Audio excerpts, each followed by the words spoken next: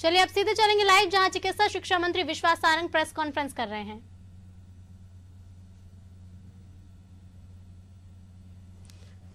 कुरान की कसम खिला रहे हैं इंदौर के शहर कांग्रेस के अध्यक्ष, और सही मायने में तो इस्लाम में कुरान की कसम ही अलाउ नहीं है, वो उसको नहीं ले सकते। और ये तुष्टीकरण की पराकाष्ठा है। और इससे एक संदेश और जाता है कि कांग्रेस को अपने कार्यकर्ता पर विश्वास नहीं है। उन्हें लगता है कि कांग्रेस के नेता चुनाव जीतने के बाद कांग्रेस की पार्टी छोड़ देंगे। इससे ज्यादा शर्मनाक और कुछ नहीं होता। तुष्टीकरण की राजनीति को आगे बढ़ाना और उसके बाद धर्म का उपयोग करते हुए अपनी राजनीतिक रोटी सेकना, ये कांग्रेस की आदत है। कांग्रेस के शहर इंदौर के अध्यक्ष ने निश्चित रूप से इस वीडियो के माध्यम से इस बात को स्थापित किया है कि कांग्रेस वोट लेने के लिए और सत्ता में आने के लिए किसी भी हद तक जा सकती है और कोई भी हरकत कर सकती है।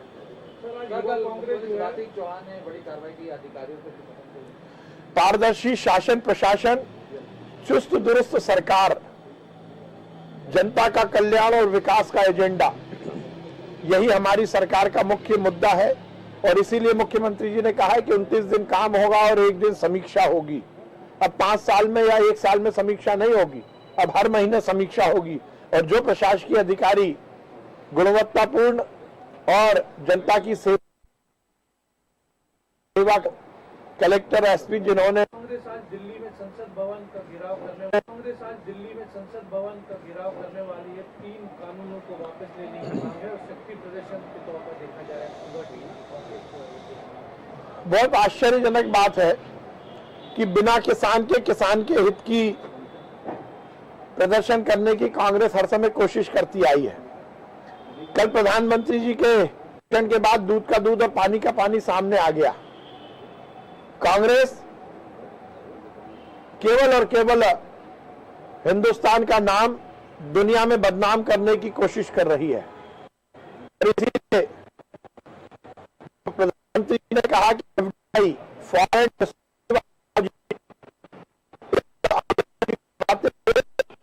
कांग्रेस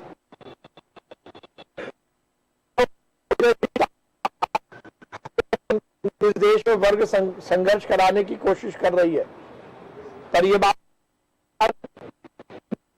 किसान के कानून के साथ केवल अपनी राजनीतिक रोटी सेकने के लिए रही है।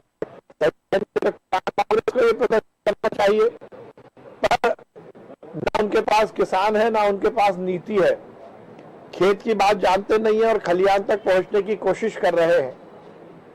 पर इस तरह के प्रदर्शन का कोई बहुत प्रभाव नहीं पड़ेगा। इसी से जुड़ा सवाल है सर कि किसान आंदोलन के समर्थन में अब कांग्रेस प्रदेश के किसानों को खत लिखेगी और जो कानून आया उसका नुकसान भी बताएगी। मैं पहले भी कहता आया हूं, खत लिखो चाहे तार डालो, उसमें इस बात की इत्तला जरूर दे दो कि जो वादा किया था मध्य प्रदेश कांग्रेस ने कि 2 लाख रुपए तक के किसान के कर्जे माफ करेंगे, वो क्यों नहीं किए गए।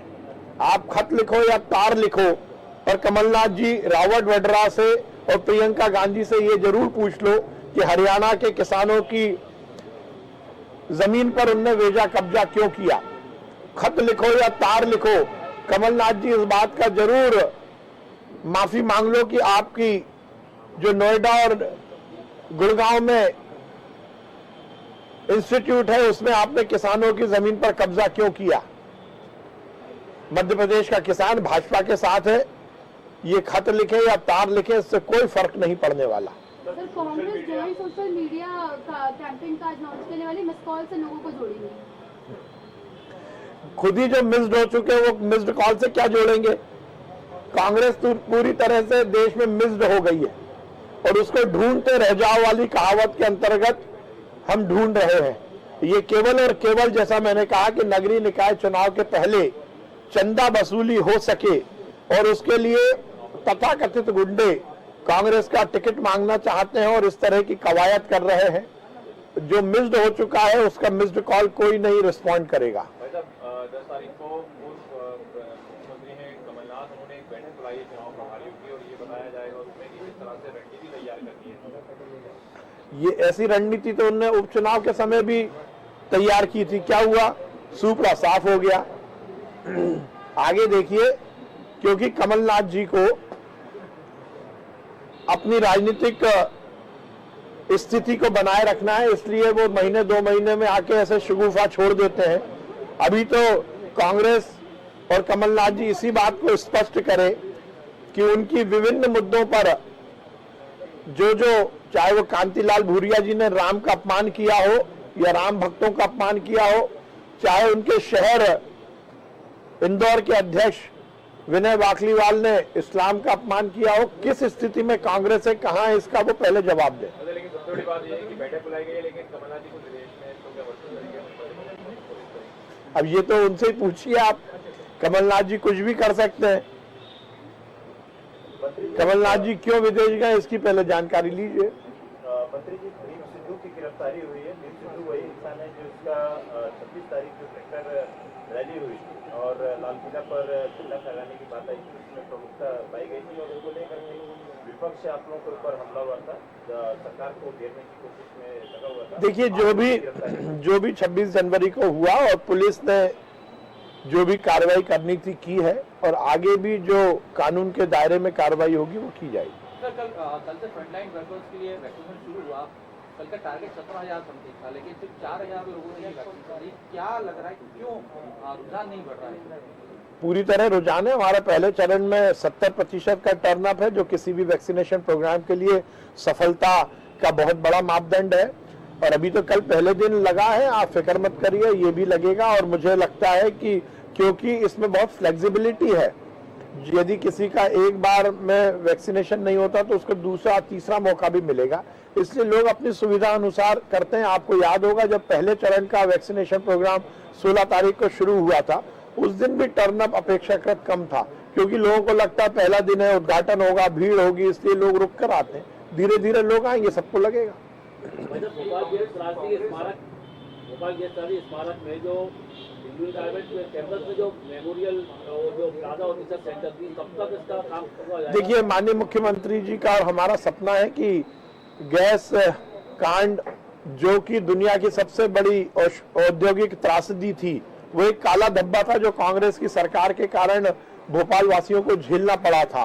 और एंडरसन जैसे खूनी को राजीव गांधी और अर्जुन सिंह ने अपने हवाई जहाज में बिठाकर भगाया था, उस स्थान पर हम सबक लेने के लिए एक बड़ा मेमोरियल बनाए। और इसलिए माननीय मुख्यमंत्री जी के निर्देश पर यूनियन कार्बाइड कैंपस पर हम एक मेमोरियल बना रहे हैं। पर वो केवल मेमोरियल या दार्शनिक स्थल नहीं होगा, वो कहीं ना कहीं हमारे और पूरी मानव जाति को इस बात का संदेश देने का प्रकल्प होगा कि औद्योगिकरण के कारण हम अपनी संस्कृति को ना बिगाड़े। वहां पर रोजगार के नए अवसर उपलब्ध कराने के लिए और खासकर गैस पीड़ितों को रोजगार मिल सके, इसके हम प्रकल्प शुरू करेंगे। क्योंकि पर्यावरण और प्रदूषण इस दुनिया का एक बहुत बड़ा विषय है, तो पर्यावरण संरक्षण के लिए, उसके संवर्धन के लिए वहां पर शोध करने की अच्छी व्यवस्थाएं बने, इसकी हमने व्यवस्था की है। कुल संरक्षण के लिए गैस पीड़ितों के सामाजिक और करने के लगा रहे हैं, वो कचरे से हटाया जाएगा और इस साल के अंत तक में शुरू करेंगे।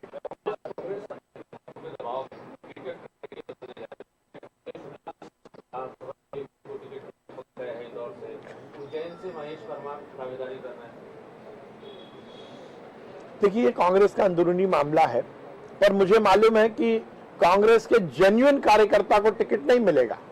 वो जो पैसा खर्च करेगा, जो अटैची पहुंचाएगा कमलनाथ जी के यहाँ और प्रियंका जी, सोनिया जी और राहुल जी के यहाँ, उसका टिकट मिलेगा। इसलिए जबरदस्ती कांग्रेस का छोटा कार्यकर्ता कवायद कर रहा है। इस कांग्रेस पार्टी में साम्राज्यवादी लोग, सेठ लोग और पैसे वालों को ही टिकट मिलता है, ये हम सबने देखा है।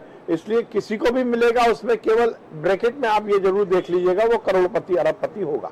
सर, आपसे जुड़ा एक विषय है, अब आयुष विभाग वेद आपके द्वारा योजना शुरू कर रही है। देखिए, हमारी सरकार का मानना है कि जनता का जैसा भी कल्याण हो सके हम करेंगे।